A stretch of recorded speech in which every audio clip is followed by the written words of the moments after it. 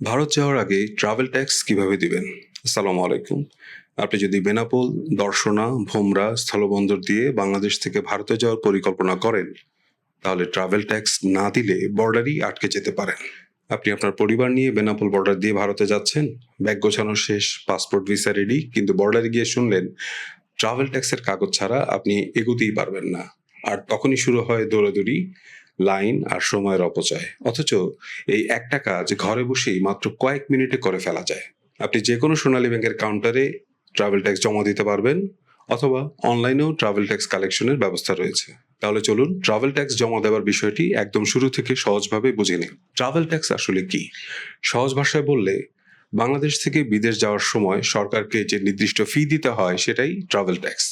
বিমানে গেলে এটা সাধারণত টিকিটের সাথেই কেটে নেওয়া হয়, কিন্তু স্থলপথ মানে বর্ডার দিয়ে হেঁটে বা গাড়িতে গেলে এই ট্যাক্স আপনাকে আলাদাভাবে জমা দিতে হয়। যারা বেনাপোল, দর্শনা কিংবা ভোমরা স্থলবন্দর দিয়ে ভারতে যাচ্ছেন, তারা সোনালী ব্যাংকের যে কোনো শাখায় ট্রাভেল ট্যাক্সের টাকা জমা দিতে পারবেন। কত টাকা জমা দিতে হবে? স্থলবন্দর দিয়ে ভারতে গেলে ট্রাভেল ট্যাক্সের হার হলো 12 বছর বা তার বেশি অ্যাডাল্ট বা প্রাপ্তবয়স্ক যাত্রীর জন্য মাত্র 1000 টাকা, আর 12 বছরের কম শিশুদের জন্য 500 টাকা। প্রশ্ন হলো, কিভাবে এই টাকা জমা দেবেন? দুইভাবে এই টাকা জমা দিতে পারবেন। প্রথমে, যে কোনো সোনালী ব্যাংক শাখা গিয়ে সরাসরি জমা দেওয়া, অর্থাৎ যে কোনো সোনালী ব্যাংক শাখায় গিয়ে পাসপোর্টের সাথে মিল রেখে আপনার নাম, পাসপোর্টের নাম্বার, মোবাইল নাম্বার ইত্যাদি তথ্য ইংরেজিতে প্রদান করুন এবং ব্যাংক কাউন্টারে টাকা জমা দিয়ে দিন।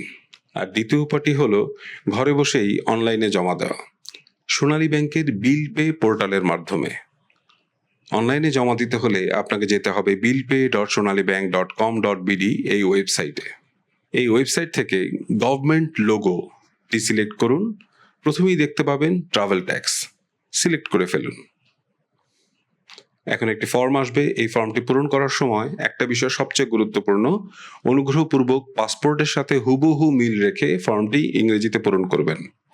আপনার নাম, পাসপোর্ট নাম্বার, কোথাও এক অক্ষরও ভুল হলে সমস্যা হতে পারে। এরপর প্যাসেঞ্জার টাইপ বা যাত্রীর ধরন,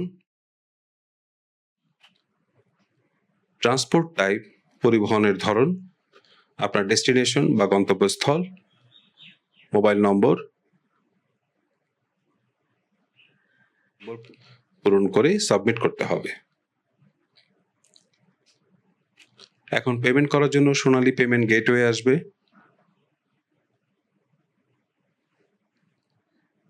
সোনালী পেমেন্ট গেটওয়ে থেকে আপনার ব্যাংক অ্যাকাউন্ট অথবা কার্ড বা মোবাইল ব্যাংকিং অথবা ইন্টারনেট ব্যাংকিং সিলেক্ট করে পেমেন্ট করতে পারবেন।